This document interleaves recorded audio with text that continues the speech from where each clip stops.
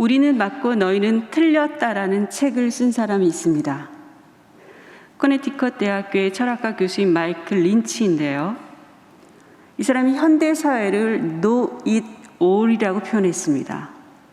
Know it all society가 이제 도래했다라고 이야기를 했는데, 한마디로 말하면 자신이 남보다 더 많이 알고 있다라는 것입니다. 그 오만함을 표현하는 것이 Know it all인데요.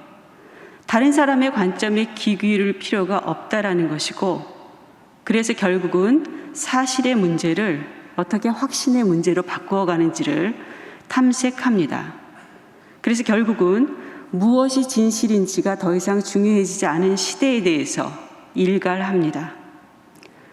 이러한 현상은 2016년부터 전 세계적으로 확산이 되면서 거대하고 오래된 질병처럼 심각한 문제를 일으키고 있습니다. 그해 말 옥스퍼드 영어사전이 포스트 트루스를 그 해의 어떤 대표 단어로 이제 선정을 하면서 이에 대해서 어떻게 정의를 하냐면, 근거가 있는 어떤 객관적인 사실이나 어떤 논리적인 근거보다도 개인의 감정에 대한 호소나 신념에 더 많이 반응하는 현상을 포스트 트루스라고 정의를 했습니다. 소위 탈진실이라고 할 때 이 포스트라는 말은 진실이 무의미할 정도로 퇴색되었다라는 뜻입니다. 그리고 이어서 2017년에 그 해를 대표하는 단어로 선정된 것이 페이크 뉴스입니다. 이후 코로나로 인한 우리의 어떤 두려움과 불확실성으로 인해서 인포데믹이라고 하는 정보 감염증이 하나의 비옥한 토양을 제공하고 있습니다. 실제로 가짜뉴스가 우리를 얼마나 위협하고 있는가, 그것이 궁금해서 뉴스를 분석했습니다. 남들은 정말 위협하다고 하는데, 위협을 받고 있다고 하는데 진짜 우리 사회를 위협하고 있는지 뉴스 분석 시스템이 있습니다. 빅데이터 뉴스 분석 시스템이 있는데, 빅카인즈에 키워드를 가짜뉴스, 허위정보, 페이크뉴스 3개의 검색어를 넣었습니다. 20년간 이 뉴스 키워드의 이제 키워드 트렌드를 분석해 본 결과, 우리나라 가짜뉴스는 코로나발 가짜뉴스라고 할 만큼 2020년도에 집중되어 나타났습니다. 그리고 연관어를 검색한 결과 또한 SNS와 페이스북 다음으로 신종 코로나 바이러스, 그리고 코로나 이런 이제 연관어가 검색이 되었습니다. 그야말로 팬데믹발 인포데믹이라고 할 만큼 코로나 위기 상황 속에서 사람들이 얼마나 두려움에 떨고 있는지를 알 수 있을 것 같았습니다. 그렇다면 왜 이런 현상이 발생하고 있을까? 이런 것에 대한 궁금증이 커질 수밖에 없었는데요. 가짜 뉴스를 유포하는 이것들이 특정인들의 어떤 문제일까? 이런 질문은 굉장히 정직하지 못한 질문이라는 생각을 해봅니다. 어떤 냉소적인 엘리티즘은 결국은 이런 노이로즈 사회라는 것을 가속화시킬 수밖에 없고, 어떤 배제와 혐오를 구조화시키는 또 하나의 그야말로 오만한 사회를 구축할 수 있기 때문에 매우 경계할 필요가 있습니다. 그렇다면 무엇이 진실인지가 더 이상 중요해지지 않은 이유는 무엇인가? 그것에 대해서 통계학의 세계적인 석학인 한스 로슬링의 책을 읽다가 이런 지혜를 한번 발견을 하게 되었습니다. 인간에게 이런 본능이 있다라는 겁니다. 어떤 본능이냐면, 느낌을 사실로 인식하는 비합리적인 본능을 누구나 가지고 있다라는 것입니다. 과연 그런지 우리가 지금 함께 잠깐 테스트를 한번 해볼 건데요. 긴장하지 마시고요. 지금 줌을 통해 예배드리는 분들에게는 제가 채팅창에 링크를 전달해 드릴 거고요. 그리고 예배실 안에 계신 분들에게는 화면을 통해서 3가지, 함정 없습니다. 그다음에 넌센스 아니에요. 그냥 사실에 대한 질문인데 3가지 질문을 드릴 건데 한번 맞춰보시길 바랍니다. 세계 동향에 대한 단순한 질문인데요. 제일 첫 번째 질문 드립니다. 세계 모든 저소득 국가에서 초등학교를 나온 여성의 비율은 얼마 정도가 될 것 같습니까? 1번 20%, 2번 40%, 3번 60%. 자, 속으로만 손 드세요. 자, 표시하셨죠? 자, 2번째 문제. 세계 인구의 자, 줌으로 링크를 받으신 분은 여기서 실시간 확인할 거니까 한번 표시를 해보시고요. 자, 두 번째 문제, 세계 인구의 다수는 어디에 거주할까요? 1번 저소득 국가, 2번 중간소득 국가, 3번 고소득 국가. 자, 세 번째 문제, 지난 20년간 세계 인구에서 극빈층의 비율은 어떻게 바뀌었을까요? 거의 2배로 늘었다, 2번 거의 같다, 3번 거의 절반으로 줄었다. 자, 다 표시하셨어요? 자, 그러면 줌에서 표시한 분들이 어떻게 답변했는지 한번 화면을 한번 보여주시기 바랍니다.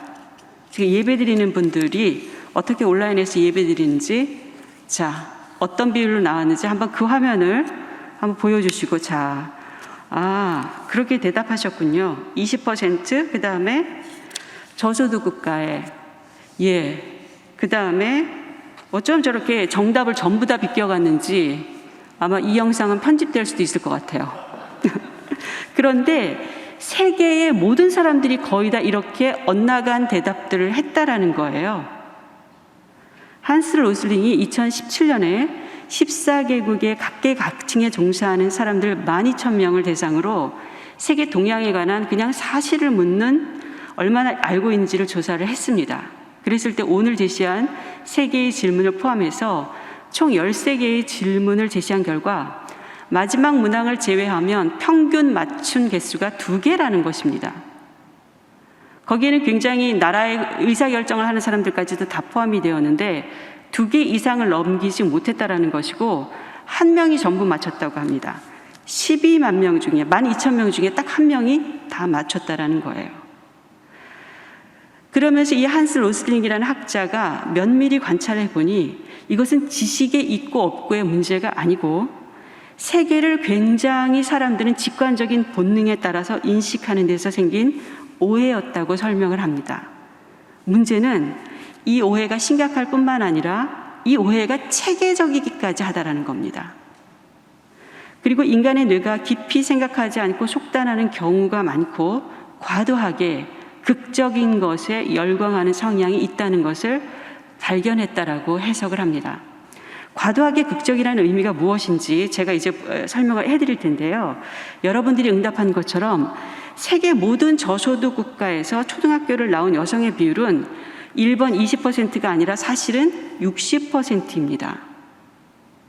그런데 우리에게는 어떤 본능이냐면 모든 것을 서로 다른 두 집단으로 나누려는 본능이 있다라는 거예요. 그것도 그 사이에는 굉장히 거대한 틈이 있는 것처럼 상상하면서 무언가를 선택한다라는 거예요. 그렇기 때문에 60보다 훨씬 낮은 수치를 선택한다라는 거죠. 여기서 모든 저소득 국가라고 제가 전제를 했는데 전 세계 인구 중 몇 퍼센트가 저소득 국가에 속할 것 같습니까? 실제로 저소득 국가라고 할 수 있는 나라는 9%밖에 되지 않는다고 합니다. 그런데 저소득 국가가 몇 퍼센트냐라는 질문에 대부분이 50% 이상이라고 대답을 한다라는 거예요. 그게 이제 간급 본능이라고 하는데, 어떤 갭이 크다라는 간급 본능이라고 하는데, 저소득 국가는 생각보다 훨씬 적고, 그래서 두 번째 드린 질문에서 결과적으로 세계 인구의 다수가 속하는 이제 국가는 중간소득 국가라는 겁니다. 75%가 중간소득 국가에 속해 산다라는 거예요. 그렇다면 여러분은 세계가 점점 좋아지고 있다고 생각하십니까? 나빠지고 있다고 생각하십니까? 아니면 좋아지지도 나빠지지도 않는 그런 상태라고 생각을 하십니까? 이게 이제 세 번째 질문과 관계가 있는데요. 그것이 바로 지난 20년간 세계 인구에서 극빈층의 비율이 어떻게 변화되었는지 이 질문과 관련이 됩니다. 정답은 거의 절반으로 줄었다라는 것입니다. 제가 말씀드렸잖아요. 한스 로슬링은 통계학의 세계적인 석학이라고 말씀드렸잖아요. 극빈층이 절반으로 줄었음에도 불구하고 사람들은 계속해서 나쁜 것에 주목하는 성향이 있다라는 거예요. 그래서 과거는 계속 늘 포장하면서 나쁜 것에 주목하는 성향 때문에 안타깝게도 한국은 30개국 중에 4번째로 부정 본능이 강한 어떤 국민적인 성향을 갖고 있다라는 겁니다. 이에 대해서 로슬링은 우리가 생각하는 것보다 세상은 나아지고 있다는 것을 데이터로 보여주기 위해서 재단을 세우고 그것을 계속해서 데이터로 만들어내고 있고 그것들을 가족이 계속해서 이어가고 있습니다. 그중 줄어드는 나쁜 현상들, 그것에 대해서 이제 몇 가지 예를 들어보면 굶주림, 그리고 HIV에 새로 감염되는 사람들의 숫자, 그리고 매연입자, 오존층, 지금 많이 파괴된 상태지만 예전보다는 덜 파괴되고 있다는 것을 이제 보여주고 있고요. 그 다음에 늘어나는 좋은 것, 반대로 늘어나는 좋은 것들로는 한 가지 이상의 예방접종을 받는 이 1살 미만의 아이들의 숫자가 늘어나고 있고, 자연보호구역으로 국토 면적이 늘어나고 있고, 멸종위기 상태에서 이제 관찰 대상으로 지정되는 종의 숫자가 늘어나고 있고, 그 다음에 안전한 상수원 물을 사용하는 사람들의 비율이 늘어나고 있다라고 제시하고 있습니다. 이처럼 어떤 좋은 것보다 나쁜 것에 더 주목하는 인간의 부정 본능과 극적인 세계관이 형성되는 원인 중 하나로 로슬링은 무엇을 꼽냐면 반향실 효과를 유도하는 정보의 문제를 꼽습니다. 이와 관련해서 또 한 사람을 여러분들에게 소개하고 싶은데, 디드로 대학의 사회학 교수인 제랄드 브로네르가 쉽게 믿는 자들의 민주주의라는 책을 썼습니다.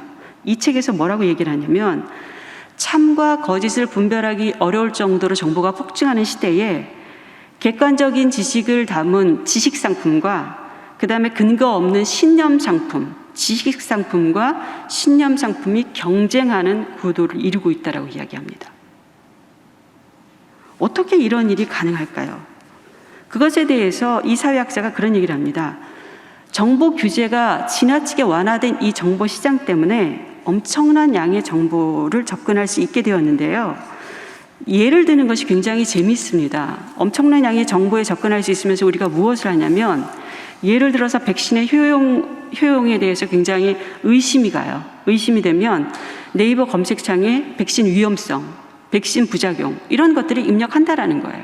그러면 정보가 넘쳐나기 때문에 자신의 의심을 확신으로 바꾸어줄 만한 견해들을 어렵지 않게 많이 찾아낼 수 있다는 겁니다. 그런 정보의 접근성과 더불어서 모든 사람들이 각자 자신의 관점을 가지고 이 시장에 참여할 수 있게 된 환경이 됨에 따라서 어마어마한 불협화음이 발생하고, 그 불협화음 속에서 사람들은 어떻게 도피하냐면 자기와 비슷한 의견을 가진 사람들과만 하나의 고립된 섬으로 위치한다라는 겁니다. 그러다 보니 반향실 효과가 더욱더 극대화되고 있다는 것입니다. 여러분, 반향실 효과에 대해서 아는 분들은 많이 들어보셨겠지만 이런 거잖아요. 여러분들이 구독한 채널에 따라서 영상을 추천해주는 플랫폼들을 많이 경험해 보셨을 겁니다. 넷플릭스나 왓챠에서 드라마 한 편을 보면 그 다음에 클릭하게 되면 여러분들이 본 드라마와 비슷한 장르, 소재, 등장인물 등을 기반으로 그와 비슷한 드라마를 추천해 줍니다. 책을 살 때도 가장 상단에 노출되는 책들은 여러분들이 이전에 구입했던 책의 저자이거나 비슷한 장르의 책들을 추천해 줍니다. SNS도 마찬가지예요. 페이스북의 경우 수백 명, 수천 명의 친구들이 있습니다. 그 중에 가장 먼저 뜨는 친구들, 그리고 가장 먼저 보게 되는 게시글들은 여러분들의 글에 좋아요를 눌렀거나 제일 많이 눌렀거나 공유를 자주 한 사람들, 즉 나와 비슷한 사람들이, 비슷한 생각을 가진 사람들이 가장 먼저 뜬다라는 겁니다. 우리 사회의 내집단 문화, 이 내집단 문화가 이 디지털 공간에서 얼마나 지독한 반향실 효과를 만들어내는지, 이런 경향을 자주 잘 드러내주는 조사 결과가 지속적으로 발표되고 있습니다. 어쩜 이렇게 매년 같지라고 할 정도로 지속적으로 발표가 되는데, 한 조사 결과가 이겁니다. 영국 옥스퍼드대 로이터 저널리즘 연구소와 한국 언론진흥재단이 공동 조사한 결과예요. 디지털 뉴스 리포트에 따르면 한국은 나와 같은 관점의 뉴스를 선호하는 비중이 유난히 높습니다. 40개국 평균보다 16포인트 정도 높을 정도로 유난히 나와 같은 관점의 뉴스를 선호한다라는 거예요. 이는 정치적 양극화가 심화되면서 뉴스의 정파성도 증가하고, 그리고 알고리즘이 추동하는 반향실 효과가 이것을 증폭시킨 결과일 것입니다. 이런 환경에서는요, 돌직구를 날리듯이 단순 명쾌하면서 무언가를 폭로하는 뉴스가 진실을 밀어낼 수밖에 없다는 것입니다. 이처럼 가짜 뉴스 혹은 허위 정보는 잘못된 정보를 전하거나 어떤 의제를 밀어붙이는 것만이 문제가 아니라 옳고 그름을 분별하는 비판적인 사고 자체를 소진시켜버립니다. 그리고 지적인 무기력에 빠지게 합니다. 더 나아가서 기독교 공동체를 진짜 위험하게 만드는 것은 사람들이 진실에 대해서 알고 싶어 하지 않아요. 진실을 무효화하고 진리에 대해서 무관심하게 만든다는 것입니다. 그런데 이 현상에 대해서 연구를 하면 할수록 자꾸 기독교 공동체에 초점이 가게 됩니다. 왜 그런지 아세요? 기독교 공동체가 왜 가짜뉴스에 취약할 수밖에 없지라고 제가 해서 거꾸로 해서 연구를 한 게 아니라 연구를 하다 보니 자꾸 기독교 공동체에 자꾸 모든 연구 결과들이 그쪽으로 시선을 모으고 있다는 거예요. 예를 들면 일반적으로 탈진실 현상이 정치적 편향성이 강한 사람들에게 더 큰 영향을 미치는데 기독교 공동체에서 나온 조사 결과가 어떠냐면 기독교인이 비기독교인에 비해서 정치적 입장이 완고하다고 발표했습니다. 그것에 대해서는 무슨 선과 악을 구별하는 것이 이 습관이 되어서 그렇다라는 무슨 신학자들의 해석도 있었는데요. 그런데 문제는 정치적 성향이 강한 사람일수록 언론사가 팩트 체크하잖아요. 이건 사실이다 아니다 팩트 체크하면 그 팩트 체크 기사를 보고도 가짜 뉴스로 의심되는 정보에 대해서 자신의 판단을 바꾸지 않는다는 것입니다. 가짜인데도 바꾸지 않는다라는 거예요. 그리고 동일한 신념을 가진 사람들이 모여 있을수록 인간의 비합리적인 경향이 강화된다고 하면서 기독교 공동체를 꼽습니다. 그렇기 때문에 기독교 공동체가 이런 탈진실 시대에 적극적으로 맞서기 위해서 지혜를 모으지 않으면 우리가 복음을 어떻게 전할 수 있을까라는 것에서 위기의식을 갖지 않을 수가 없습니다. 오늘 말씀에 앞서서 진실에 대해서 이 무관심하게 만드는 이 시대의 문제점에 대해서 굉장히 다양한 연구들을 소개한 이유는 이 문제가 오늘 복음을 거절한 사람들의 문제이기도 하고 오늘 본문을 이해하는 데도 굉장히 중요한 단서가 되기 때문입니다. 요한복음에서 세상이라는 말을 쓸 때 세상이라는 용어가 예루살렘을 본거지로 자기 확증에 빠져있는 종교인들을 묘사할 때 자주 사용해서 세상이라는 단어를 썼습니다. 이와는 달리 오늘 함께 읽은 말씀에는 자기 확증에서 벗어나기 위해서 계속 질문하는 한 사람을 만날 수 있습니다. 그를 뭐라고 소개하냐면 경건한 유대인이요 유대 최고 의회인 산헤드린 회원이었다고 소개를 하고 산헤드린 회원이었다고 소개하는데 말하자면 그 당시 우리 바리새인에 대해서 굉장히 별로 이제 안 좋은 감정을 갖고 있지만 사실은 그 당시에 바리새인들은 그야말로 자결하는 사람들이었잖아요. 굉장히 나름대로 율법을 엄격하게 지키면서 세속적인 사두개파와는 다른 사람들이었습니다. 굉장히 영적인 어떤 지도력을 발휘하는 사람들이었습니다. 경건한 유대인이었거든요. 헬라적 교양도 갖추고 있었던 그 사람이 니고데모였는데요. 이 니고데모에 대한 소개 중에 우리의 어떤 부정 본능을 자극하는 단어가 있습니다. 그것이 뭐냐면 예수님을 찾아온 때가 밤이었다라는 거예요. 이 사실 때문에 밤에 찾아왔다는 사실 때문에 니고데모에 대한 부정적인 인식이 어느 정도 이제 형성되어 있는 경우가 있는데요. 사실 아닌 느낌만으로 판단하면 산헤드린 회원이었기 때문에 당시 구설수에 오르내리던 예수님을 만나는 것에 대해 부담을 느꼈을 수 있겠구나 이렇게 단정할 수 있을 겁니다. 그런데 다르게 판단해 볼 여지가 없을까요? 한밤에 찾아온 이유가 낮에는 예수님의 사역이 바쁘셨기 때문은 아닐까요? 혹은 표적을 행하는 예수님과 성전을 회방하는 듯한 이 예수님 사이에서 이 딜레마에 빠진 니고데모가 정말 대답을 들을 만한 충분한 시간을 갖기 위해서 밤에 찾아온 것은 아닐까요? 이럴 때는 판단을 정지하는 것이 지혜입니다.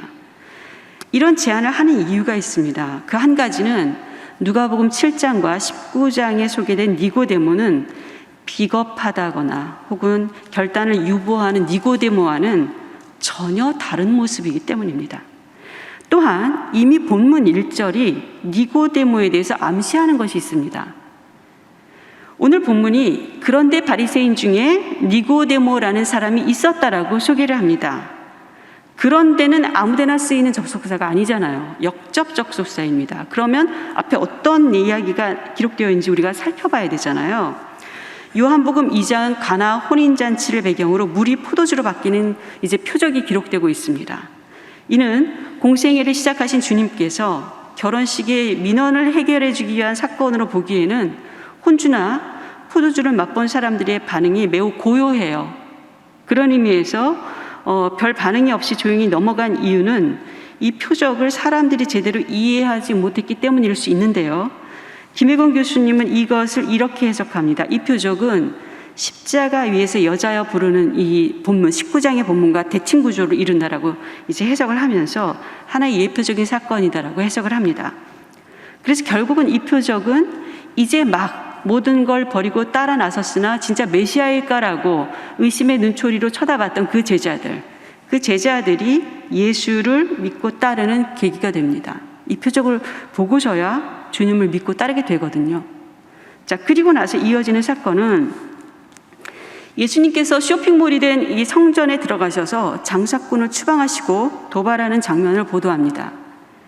당시 6월절 기간에 약 100만 마리의 양이 도살될 정도로 예루살렘 성전이 쇼핑몰로 치면 흥황을 이루었다라는 거예요. 양만 드렸습니까? 가난한 사람은 비둘기 드렸잖아요. 그러면 도대체 얼마나 많은 이 제사 용품들이 쓰였고 얼마나 많은 수익이 창출되었었겠습니까? 여기에 모인 사람들, 이 숱한 사람들에게 주님께서 표적을 보이시자 사람들이 주님의 이름을 믿었습니다. 여기에 피스티오라는 단어가 사용되는데요. 주님은 이 표적을 보고 따라 나선 사람들에게 자신을 의탁하지 않으셨다라는 기록이 있어요. 그런데 여기서 의탁하지 않으셨다라는 기록도 피스티오를 씁니다.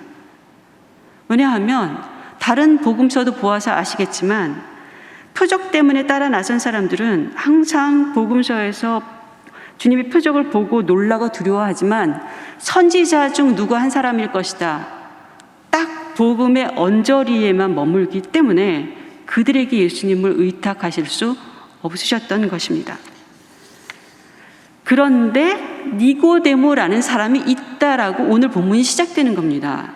여러분 어떤 느낌 드세요? 그가 어떤 사람인지 알 수 없지만 지금 반전의 분위기라는 것은 틀림이 없습니다. 예수님과의 대화를 보면 지금 니고데모는 먼저 예수님이 누구신지 안다라고 말합니다. 어떻게 아냐면 예수님이 행한 표적을 보고 안다라고 말합니다. 니고데모 또한 수많은 무리들처럼 표적을 보면서 예수님이 하나님으로부터 보내심을 받았다는 것을 아는 겁니다. 예수님께서는 사람이 거듭나지 않으면 하나님 나라를 볼 수 없다고 말씀하십니다. 결국 그것을 보았다면 거듭난 사람이라고 말씀하십니다. 그러나 니고데모는 예수님께서 하시는 말씀을 알아듣지 못합니다. 깨달아야만 알 수 있기 때문이죠. 다행스러운 것은 누구도 대화를 멈추지 않았다라는 사실입니다.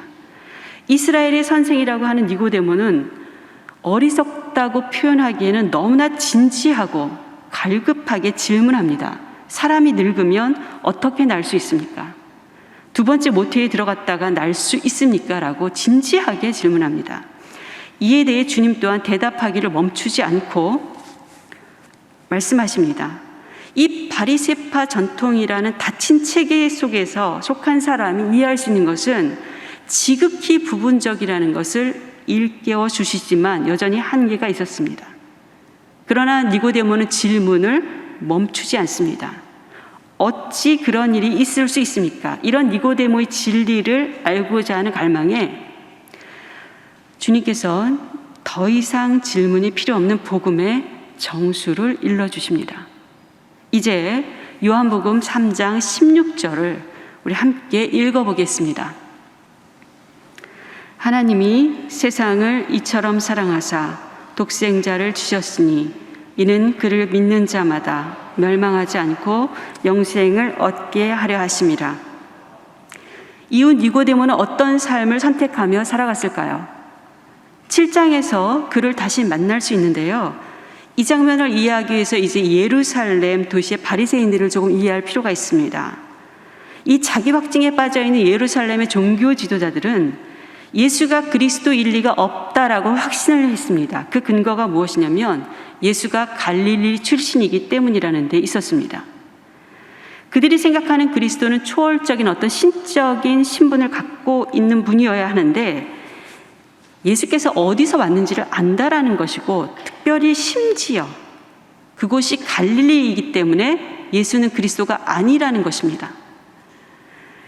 여러분, 갈릴리에 대한 예루살렘 유대인들의 편견은요, 이스라엘 왕국 분열 이후에 거의 1000년을 이어져 온 그 정도의 견고한 그 편견이고 멸시였습니다. 또한 예수님 당시 갈릴리 나사렛은 헤롯 안티파스가 신도시를 건설하면서 갈릴리에 거주하는 사람들은 주로 이제 목수와 석공들이 거주하는 지역이었습니다. 그리고 소장민들의 마을이었어요.